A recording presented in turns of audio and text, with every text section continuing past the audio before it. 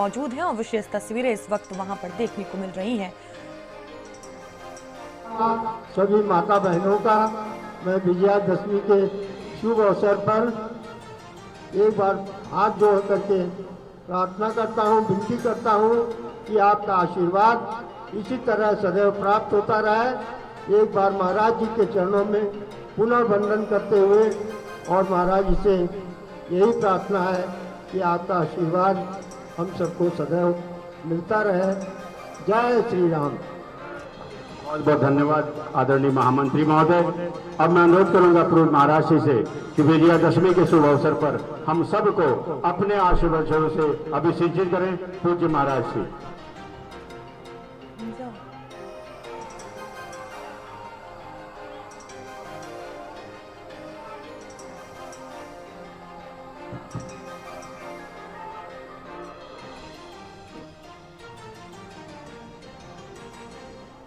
रामाय रामभद्राय रामचंद्राय वेद से रघुनाथाय नाथाय सीताय पतिये नमः।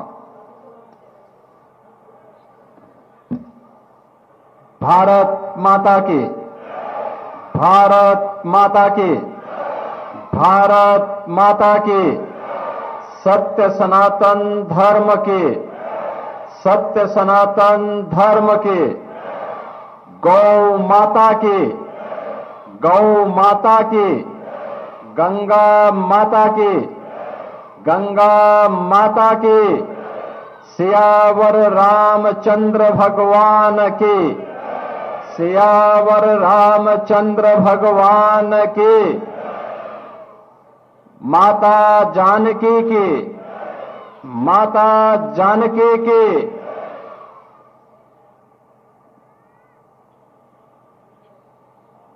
विजयादशमी के आज के इस पावन अवसर पर गोरखपुर की इस ऐतिहासिक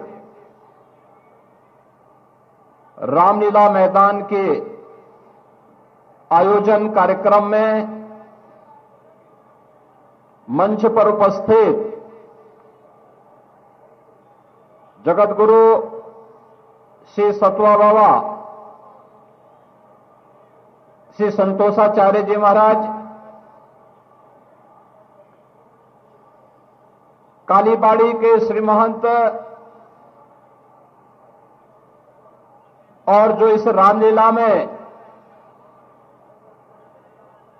स्वयं भी मारीच का पात्र बनकर के इस आयोजन में भागीदार बन रहे हैं श्री रविंद्रदास जी महाराज,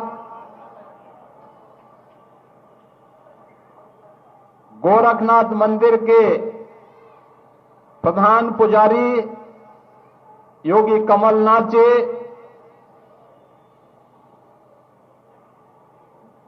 गोरखपुर के लोकप्रिय सांसद और जिन्हें इस रामलीला में कोई पात्र नहीं मिल पाया, श्री रविकिशन जी, महापौर डॉक्टर मंगलेश श्रीवास्तव जी, भारतीय जनता पार्टी के प्रदेश के उपाध्यक्ष और विधान परिषद सदस्य डॉक्टर धर्मेंद्र सिंह जी, हमारे विधायकगण श्री विपिन सिंह जी, श्री प्रदीप शुक्ला जी, आर्यनगर रामलीला समिति के महामंत्री श्री पुष्पदंत जैन जी, उपमंत्री श्री दीप अग्रवाल जी, राजीव रंजन अग्रवाल जी, कीर्ति रमन दास जी, कोषाध्यक्ष मनीष अग्रवाल जी, भारतीय जनता पार्टी के महानगर के संयोजक श्री राजेश गुप्ता जी, पार्षद शाश्वत अग्रवाल जी, अनुराग गुप्ता जी, विकास जालान जी, सुधीर जैन जी, महेश पोद्दार जी, और आज के इस रामलीला आयोजन के इस कार्यक्रम में आयोजन समिति के सभी पदाधिकारीगण, सभी संतजन और भारी संख्या में उपस्थित इस ऐतिहासिक रामलीला मैदान में सभी श्रद्धालु भक्तजन और उपस्थित बहनों और भाइयों, सनातन धर्म का पावन पर्व आज विजयादशमी है। हजारों हजार वर्ष पूर्व अधर्म, अन्याय और अत्याचार के पर्याय रावण पर विजय प्राप्त करके मर्यादा पुरुषोत्तम भगवान श्री राम ने जिस राम राज्य की स्थापना का शंखनाद किया था, वह धर्म, सत्य, न्याय पर आधारित एक ऐसी व्यवस्था थी जो हर देश, हर काल और हर परिस्थिति पर सदैव सही और अक्षरशः सही बैठती है। सनातन धर्मावलंबी प्रभु श्री राम के इस उपकार के प्रति कृतज्ञता ज्ञापित करने के लिए प्रतिवर्ष बुराई के प्रतीक, अधर्म के प्रतीक रावण का पुतला दहन करता है और मर्यादा पुरुषोत्तम भगवान श्री राम का अभिनंदन करके, उनकी जय जयकार करके, श्री विष्णु के ईश्वरीय अवतार के रूप में उनका वंदन करता है, अभिनंदन करता है और उन्हें अपने जीवन की प्रेरणा मान करके आने वाले पीढ़ी के लिए मर्यादा पुरुषोत्तम भगवान श्री राम के आदर्श को उनके सामने रखता है। याद करिए, जब महर्षि वाल्मीकि को भी अपने योग्य पात्र को ढूंढना था तो उन्होंने नारद ऋषि से यही प्रश्न किया।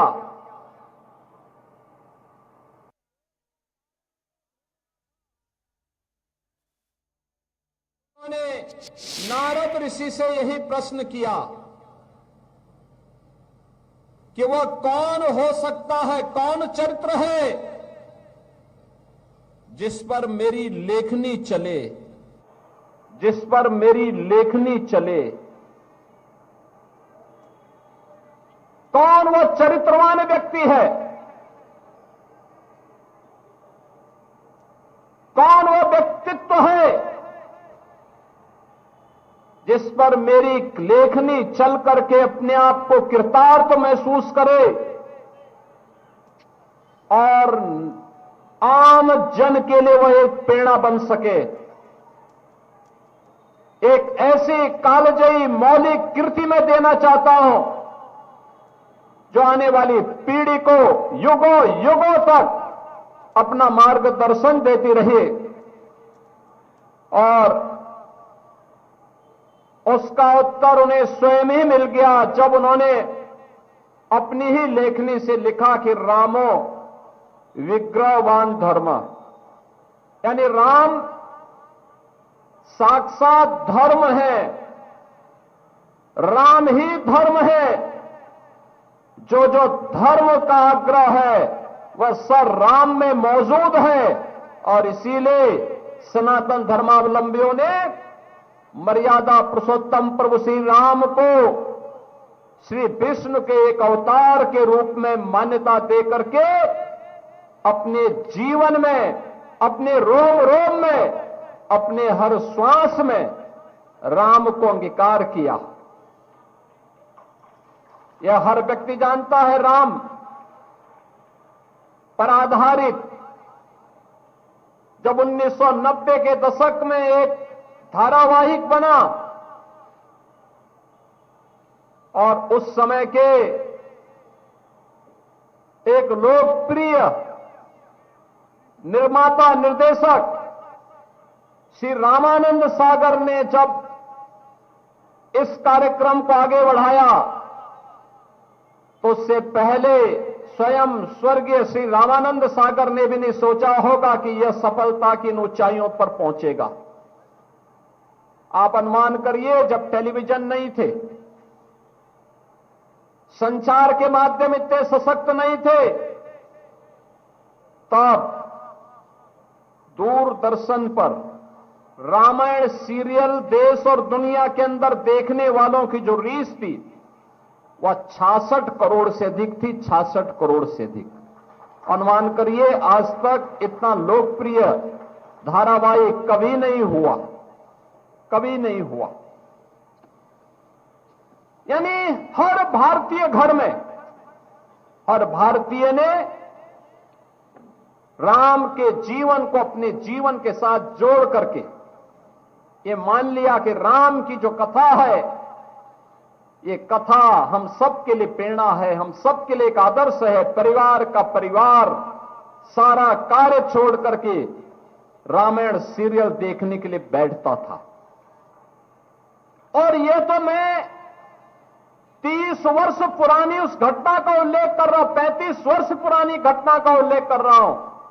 आप दूर मत जाइए।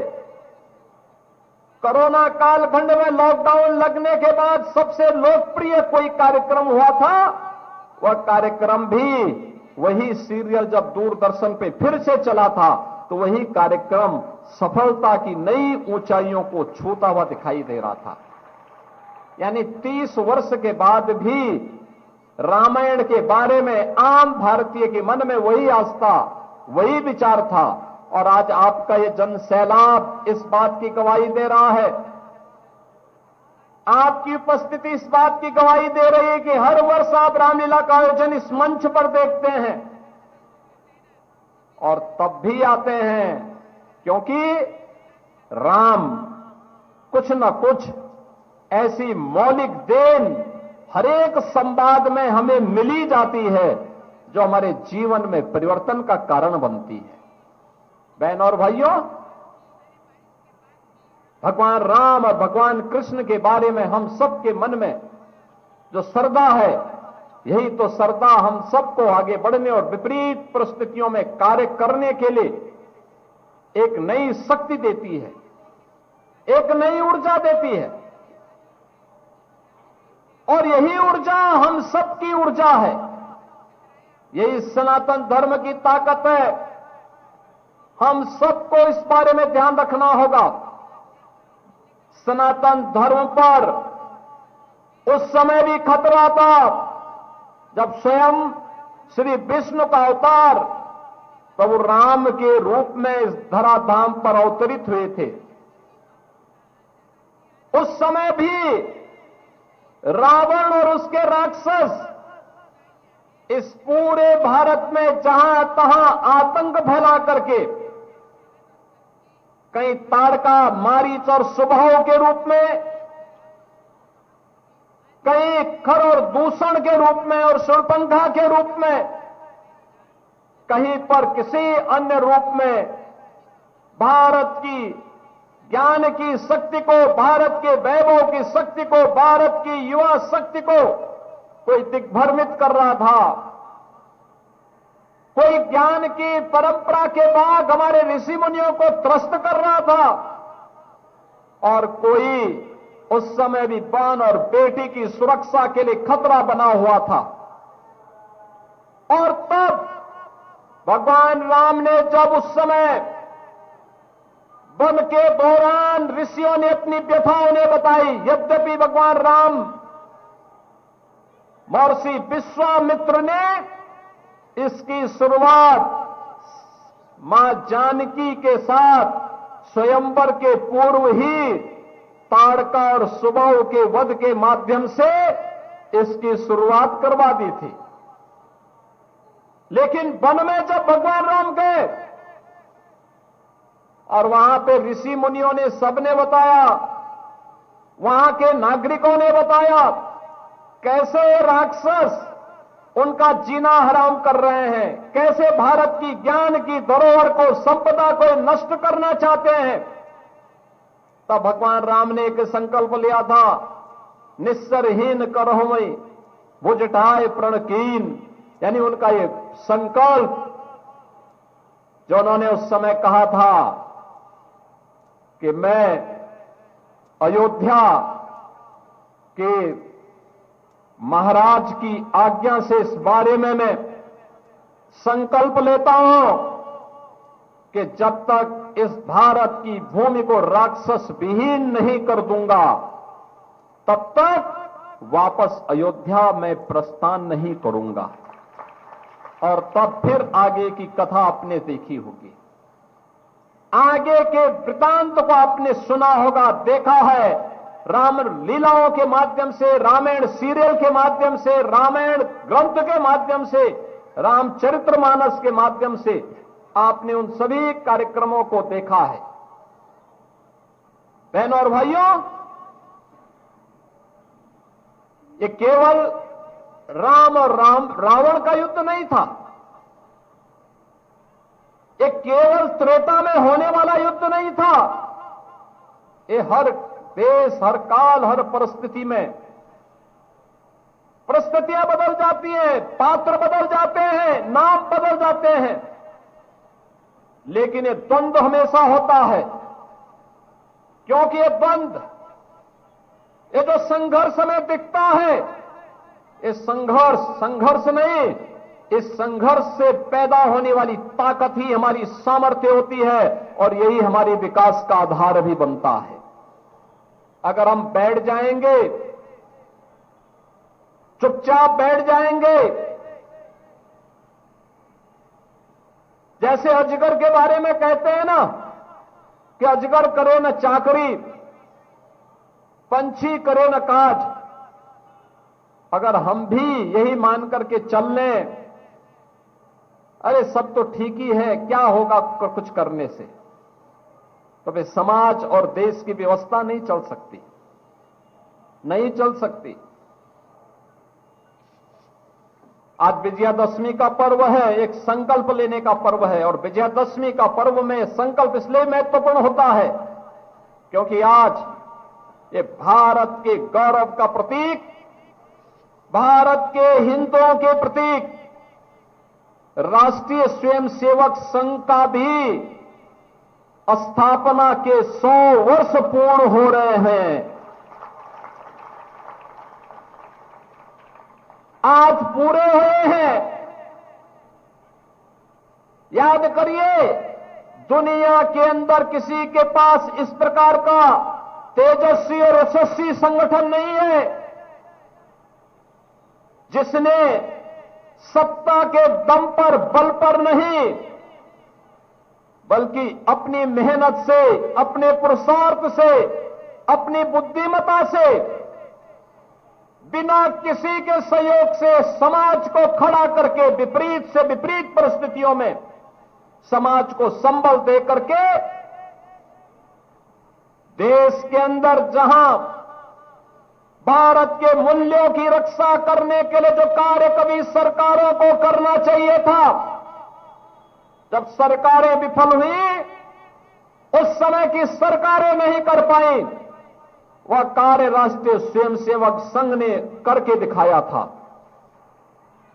देश के विभिन्न भागों में केवल संगठन खड़ा करना ही नहीं, सेवा के प्रकल्पों के माध्यम से, शिक्षा के माध्यम से, स्वास्थ्य के माध्यम से, आपदा के दिनों में सेवा के कार्यों के माध्यम से, तो समाज जोड़ने का कार्यक्रम, विशुद्ध समाज को जोड़ने का एक अभियान मात्र नहीं होता, सेवा भी उसका एक पक्ष होता है, शिक्षा भी उसका एक पक्ष होता है, संस्कृति भी उसका सबसे सशक्त पक्ष होता है।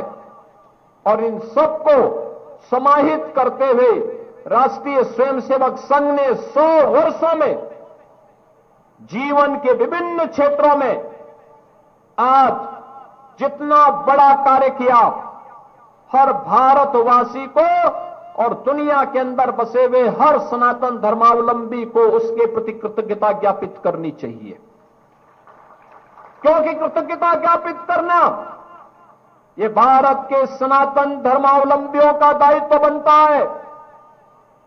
यह हमारा धर्म भी है, क्योंकि सनातन की यही पहचान है कि अगर किसी ने हमारे प्रति कुछ योगदान किया है तो उनके योगदान के प्रति कृतज्ञता ज्ञापित करना ही सनातन की सही पहचान है। यही हमारी सही पहचान है। और राष्ट्रीय स्वयंसेवक संघ ने यही कार्य किया था। लगातार 100 वर्षों से ये राष्ट्रीय स्वयंसेवक संघ जैसा ही संगठन था जिसने आज हजारों भारत की राष्ट्रीयता, भारत के मूल्य और भारत की संस्कृति का सम्मान करने वाले शिक्षा के ऐसे केंद्र सरस्वती शिशु मंदिर और विद्या भारती के माध्यम से 12,000 से अधिक ऐसे शिक्षण प्रशिक्षण संस्थान शिशु स्तर से लेकर के उच्च स्तर तक के शिक्षण संस्थान देश को प्रदान किए बिना किसी सरकारी सहायता के। से हजारों की संख्या में स्वास्थ्य के प्रकल्प दिए। भारत की संस्कृति और भारत के मूल्यों पर आधारित कार्यों को आगे बढ़ाया। श्रमिकों को राष्ट्र निर्माण के कार्य के साथ भारतीय मजदूर संघ लगा हुआ है। वनवासी क्षेत्रों में श्री राम वनवासी छात्रावास के माध्यम से अपने गिरिजनों को, जनजातीय समुदाय को जोड़ने का कार्य, उन्हें आगे बढ़ाने का कार्य, उनके जीवन में परिवर्तन करने का कार्य हो रहा है। तो देश के अंदर हर एक क्षेत्र में जो कार्य हुआ है, समाज जीवन में, संस्कृति के जीवन में, गोरक्षा के लिए और दुनिया के लिए जो असंभव था, अयोध्या में मर्यादा पुरुषोत्तम भगवान श्री राम के भव्य मंदिर का निर्माण का कार्य करके भी दिखा दिया। संकल्प की ताकत क्या होती है, एकता की ताकत क्या होती है। अयोध्या में राम मंदिर का निर्माण उस ताकत का एहसास कराता है, हमारे संकल्प शक्ति का एहसास कराता है।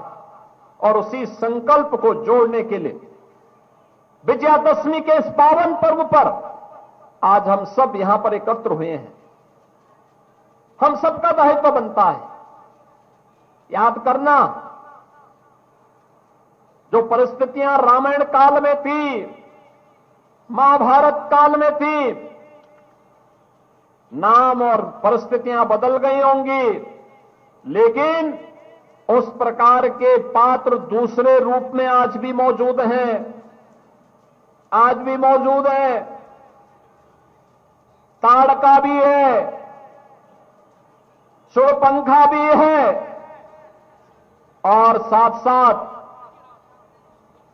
खर और दूषण और मारीच और स्वभाव भी आज भी समाज को त्रस्त कर रहे हैं।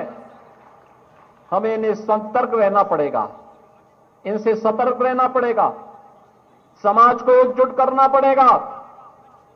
ये जो जाति के नाम पर, छुआछूत और अस्पृश्यता के आधार पर समाज को बांटने वाले लोग हैं, ये वही लोग हैं जो पूर्व जन्म में किसी ताड़का, किसी मारीच और किसी शूर्पणखा के सहयोगी रहे होंगे। उस समय भी उन्होंने बांटने का काम किया था। उस समय भी सनातन धर्म के खिलाफ वे लगातार कार्य करते रहे। आज भी याद करना, बेटी की सुरक्षा पर जो लोग खतरा बने हुए हैं, ये पूर्व जन्म में कोई दुर्योधन और कोई दुशासन जरूर रहा होगा, उनका शागिर्द जरूर रहा होगा, और इसीलिए इतना दुस्साहस करते हैं। समाज को इन सब के प्रति सतर्क रहना पड़ेगा। याद करना, सनातन धर्म केवल एक उपासना विधि नहीं, ये संपूर्ण मानव यानी मानव ही नहीं, जीव कल्याण के साथ साथ चराचर जगत की सुरक्षा की गारंटी भी है। चराचर जगत के सुरक्षा की गारंटी। अगर इस चराचर जगत को सुरक्षित रखना है, संरक्षित करना है, अनंत काल तक इसकी व्यवस्था प्रकृति के नियमों के अनुरूप ही चले, तो सनातन धर्म की व्यवस्था पर हम सबका विश्वास होना चाहिए, उसको मजबूती देनी चाहिए। उन लोगों के बहकावे में नहीं आने की आवश्यकता है जो समाज को बांटने का काम कर रहे हैं, विभाजित करने का कार्य कर रहे हैं, सामाजिक विकृति को आगे बढ़ाने का काम कर रहे हैं, देश के दुश्मनों को और समाज के दुश्मनों को गाए बगाए उन्हें प्रश्रय देने का कार्य कर रहे हैं। कुछ लोगों की प्रवृत्ति बन चुकी है। कुछ लोग हैं जो लगातार जिन्हें भारत के गौरव पर गौरव की अनुभूति नहीं होती। ये वही लोग हैं जब सत्ता में थे, याद करिए, जब सत्ता में थे तब क्या करते थे? तब कहते थे राम हुए ही नहीं, तब कहते थे कृष्ण हुए ही नहीं, तब भारत के आराध्य देवों के प्रति प्रश्न खड़ा करते थे, सनातन धर्म को विभाजित करने के लिए षड्यंत्र करते थे, वह हर कार्य करते थे जिससे भारत कमजोर हो। लेकिन भारत की जनता जनार्दन ने गणाई ली। पिछले 11 वर्षों में भारत के विकास की इस यात्रा को हर भारतवासी देख रहा है। आज भारत विकास की जिन नई ऊंचाइयों को प्राप्त कर रहा है, आपने देखा होगा विरासत के साथ साथ विकास का एक अद्भुत समन्वय, राम राज्य की ही स्मृतियों को ताजा करने वाला कार्य है ये, जिसमें एक तरफ भारत की विरासत का सम्मान है, भारत के गौरव को आगे बढ़ाने का कार्य है, और दूसरी तरफ जनता की भावनाओं के अनुरूप विकास के कार्य भी है। हर प्रकार का विकास का कार्य, एक गरीब को मकान सिर्फ ढकने के लिए छत भी दी गई है, तो देश के अंदर बड़े बड़े हाईवे, एक्सप्रेसवे, मेट्रो और एयरपोर्ट के निर्माण के माध्यम से भी लोगों को आधुनिक सुविधाएं उपलब्ध करवाई जा रही हैं। भारत को आगे बढ़ाने का जो कार्य पिछले 11 वर्षों में प्रधानमंत्री मोदी जी के नेतृत्व में हुआ है, वह अद्भुत है, अभिनंदनीय है। हर भारत के गौरव को आगे, हर भारतवासी के गौरव को आगे बढ़ाने वाला है। बहनों और भाइयों, ये 11 वर्ष की यात्रा एक नए भारत का दर्शन कराती है, जिसकी सामर्थ्य और शक्ति का एहसास आज दुनिया कर रही है। और यह शक्ति का एहसास इसलिए भी प्रासंगिक हो जाता है क्योंकि आज विजयादशमी के साथ साथ गांधी जयंती भी है और शास्त्री जी की जयंती भी है। गांधी जी ने देश को स्वदेशी का नारा दिया था। गांधी जी ने देश को स्वच्छता के प्रति आग्रही भी बनाया था।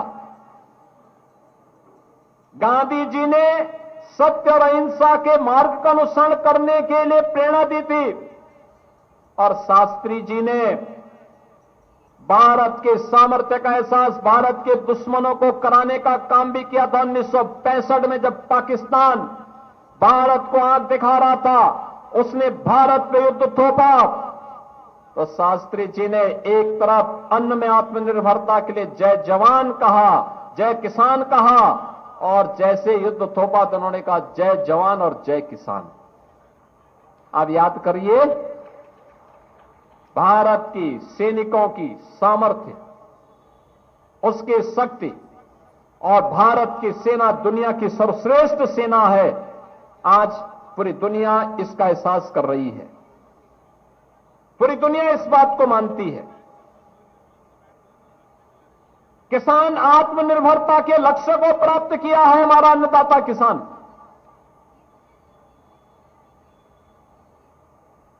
स्वदेशी के माध्यम से आज भारत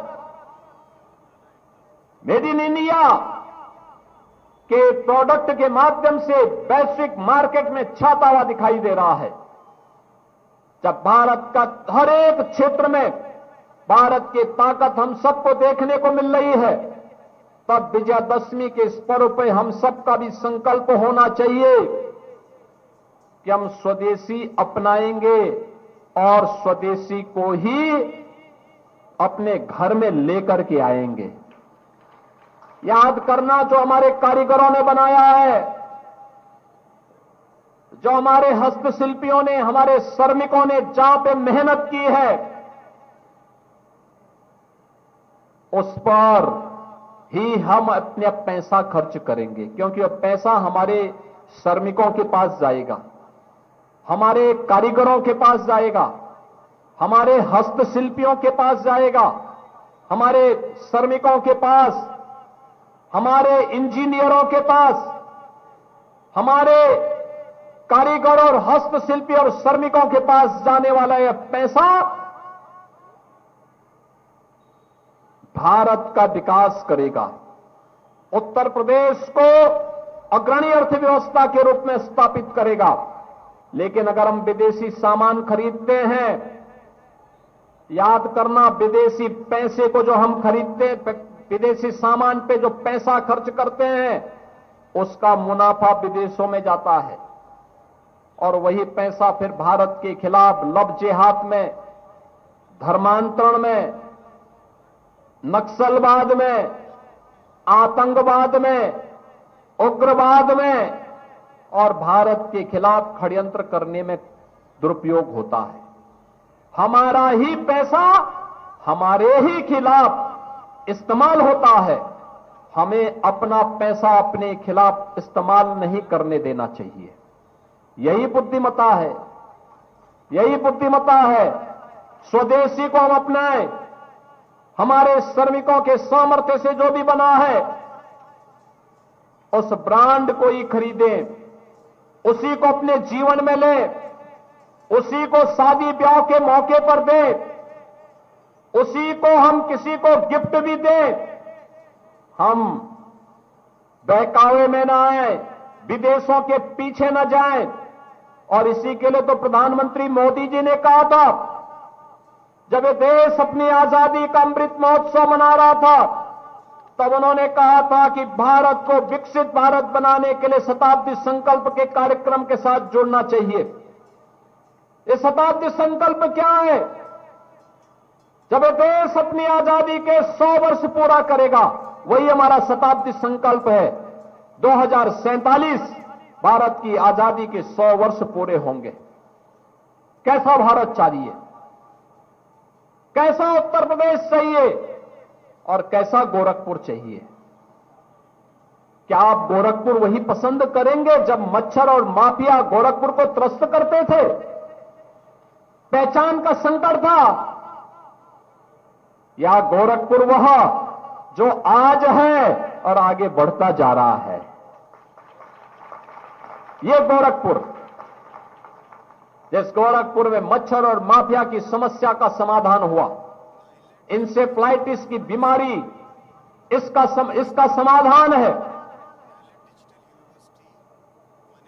और उत्तर प्रदेश, क्या उत्तर प्रदेश के वासी उस उत्तर प्रदेश को चाहेंगे जो दंगाग्रस्त था, बीमारों था, गुंडागिर्दी चरम पर थी, बेटी और व्यापारी सुरक्षित नहीं था, आम राहगीर सुरक्षित नहीं था?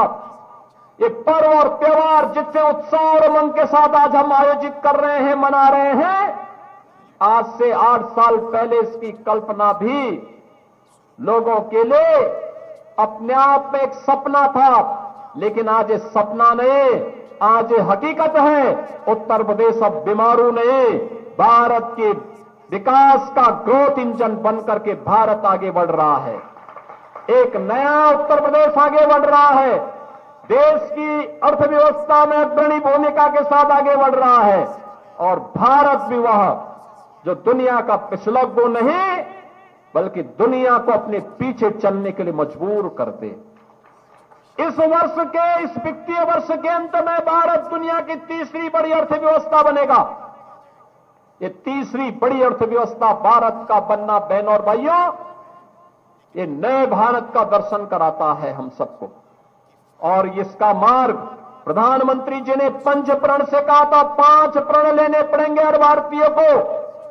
प्रण लेने का आप याद करिए, कोई पूजा पाठ करते हैं, आपका पुरोहित, आपका आचार्य, आपके गुरु आपको उस समय संकल्प करवाते हैं। ये पर्व और त्योहार हमारे लिए संकल्प के भी आयोजन होने चाहिए। 5 प्रण, ये 5 प्रण हमारे संकल्प बनने चाहिए। हमें अपने देश को विकसित भारत बनाना है। विकसित भारत के लिए विकसित उत्तर प्रदेश चाहिए, और विकसित उत्तर प्रदेश के लिए विकसित गोरखपुर भी चाहिए। हर जनपद विकसित चाहिए, हर जनपद विकसित चाहिए तो हर नगर, हर वार्ड, हर गांव, हर न्याय पंचायत और हर विकास खंड भी विकसित होना चाहिए।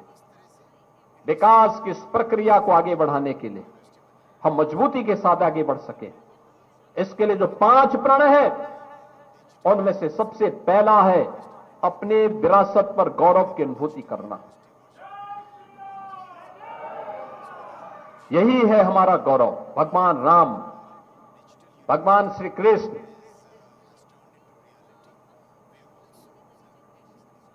शिव शंकर भोलेनाथ, हर हर बम बम, जगत जननी मां भगवती, जिनका अनुष्ठान अभी शारदीय नवरात्रि में 9 दिनों तक उत्साह और उमंग के साथ पूरे देश के अंदर देखने को मिला। यही है हमारी विरासत। अयोध्या में राम जन्मभूमि, काशी में भगवान विश्वनाथ का धाम, मथुरा में श्री कृष्ण जन्मभूमि, विंध्याचल में मां विंध्यवासिनी, बलरामपुर में मां पाटेश्वरी, सहारनपुर में मां शाकंभरी और सीतापुर में मां ललिता देवी का धाम, नेमी सारण्य हो या सुखतीर्थ, ये सब हमारी विरासत के प्रतीक है। यही हमारी विरासत है। इस विरासत पर गौरव की अनुभूति और ना हर भारतीय के मन में श्रद्धा का भाव हो। गुलामी की मानसिकता को त्यागना। गुलामी की मानसिकता होती है जब व्यक्ति कहता, साहब हम कैसे करेंगे, ये कैसे हो जाएगा। कैसे का मतलब क्या, ये हो जाएगा, ये संकल्प होना चाहिए। वैसे ही जैसे अयोध्या में राम मंदिर के लिए संकल्प था, रामलला हम आएंगे, मंदिर वहीं बनाएंगे। मंदिर बन गया ना। जो लोग कहते थे क्या बना लोगे, हम कहते थे बनाएंगे।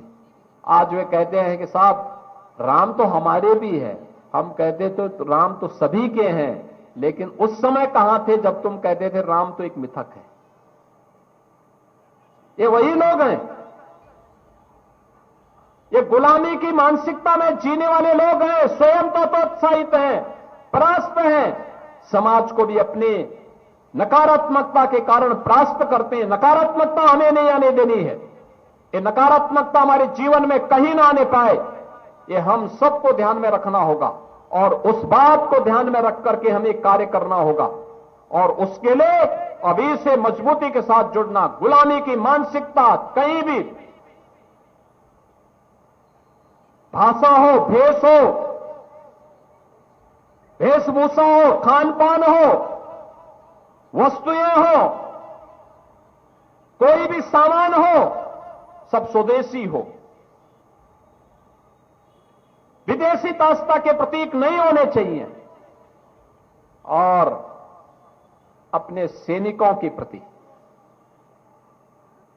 मिलिट्री, पैरामिलिट्री, पुलिस के उन जवानों के प्रति जो विपरीत परिस्थितियों में अपनी जान पर खेल करके देश की सुरक्षा करते हैं, वे जब रात भर -डिग्री टेम्परेचर में ड्यूटी करते हैं तब हम चैन की नींद सोते हैं। जब वो देश के दुश्मन को ठिकाना लगाते हैं तब हम चैन की नींद सोते हैं। अपने सैनिकों के प्रति गौरव की अनुभूति करना, वो अपनी वर्दीधारी फौज के प्रति सम्मान का भाव रखना, ये तीसरा संकल्प है। जहां कहीं भी शहीद स्मारक है वहां जाएं, सैनिक के जन्म तिथि पर, उनकी पुण्यतिथि पर, उनके बलिदान दिवस पर वहां साफ सफाई करके पुष्पांजलि करना, ये कृतज्ञता ज्ञापित करने का धर्म हमारा होना चाहिए। चौथा है सामाजिक एकता के लिए कार्य करना। ये जो जाति के नाम पर बांट रहे हैं, क्षेत्र के नाम पर बांट रहे हैं, छुआछूत और अस्पृश्यता के आधार पर सामाजिक खाई को चौड़ा कर रहे हैं, महापुरुषों के प्रति अपमानजनक टिप्पणी करके समाज में गलत और फेक अकाउंट बना करके समाज को गुमराह करने का कार्य कर रहे हैं। प्राकांतर में ये सभी समाज के दुश्मन हैं, देशद्रोह का कार्य कर रहे हैं। हमें सामाजिक एकता के लिए कार्य करना है, समाज को जोड़ना है। जाति पाति पूछे नहीं कोई, हरि को भजे सो हरि का होई। इस संकल्प को अपने जीवन में अंगीकार करते हुए हम सबको आगे बढ़ना होगा। यह हमारे जीवन का संकल्प होना चाहिए। और पांचवा और अंतिम संकल्प होना चाहिए, अंतिम प्रण होना चाहिए, नागरिक कर्तव्य। जो जिस क्षेत्र में है उस क्षेत्र में अपने कर्तव्यों का हम पालन करेंगे। विद्यार्थी है, अपनी पढ़ाई अच्छा करें, इनोवेशन पर, रिसर्च पर ध्यान दें, अपनी पढ़ाई को अपने स्थानीय परिस्थितियों के साथ जोड़ने का कार्य करें। शिक्षक अपने शिक्षक धर्म का पालन करे, व्यापारी अपने व्यापारी धर्म का पालन करे, श्रमिक अपने श्रमिक धर्म का पालन करे। समाज जीवन से जुड़े हुए अलग अलग पक्ष में जो व्यक्ति जहां कार्य कर रहा है उस व्यक्ति को अपने अपने जीवन में कार्य करेगा तो ये पंच प्रण भारत को दुनिया की सबसे बड़ी ताकत बनाने से कोई रोक नहीं सकता है।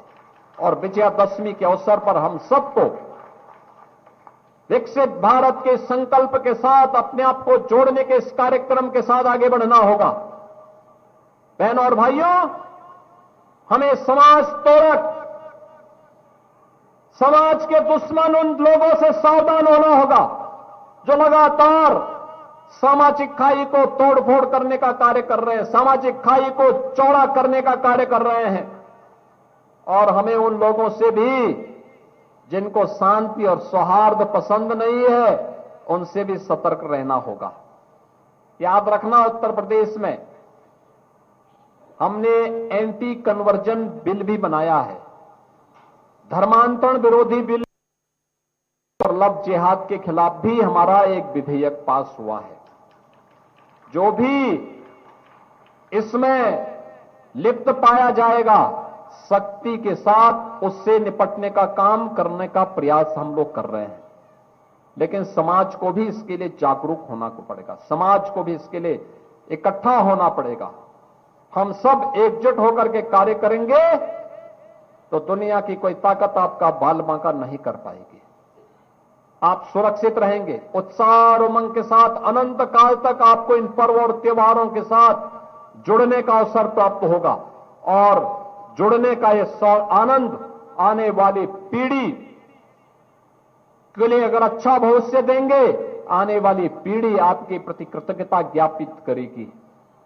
आज के इस अवसर पर जब हम इस आयोजन के साथ जुड़े हैं, मुझे आर्यनगर रामलीला समिति के अध्यक्ष रहे स्वर्गीय रेवती रमन दास जी की भी दिवंगत होने पर मैं उन्हें विनम्र श्रद्धांजलि अर्पित करता हूं। आप याद करिए, राजा बाबू यहां पर हर वर्ष रहते थे, इस वर्ष उनकी कमी को हम देख रहे हैं।